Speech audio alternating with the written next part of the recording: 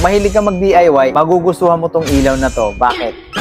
Ayan. O, malulusot-lusot mo siya dun sa mga, lalo sa sasakyan ha, sa engine bay, malulusot-lusot mo siya dun sa ilalim, okay? Merong level yan. So, may hinaan mo siya. Ayan. Tapos, meron pa siyang parang dome light or parang flashlight, no?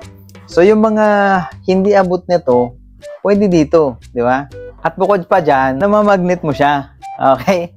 So, pwede mo itong idikit, tapos ipiflip mo na lang siya ng pagganon, okay na. So, alam mo, nagbabasa ka, pwede rin, di ba?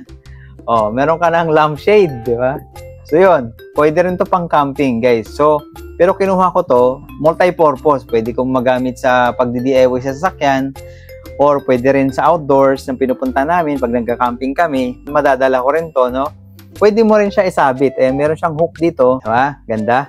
Ang gaganda nito, guys, kasi rechargeable siya. Meron siyang ano dito, charging port, no? Ayan, guys, kung wala pa kayo nitong ganitong work light, ilalagay ko yung link dyan sa baba.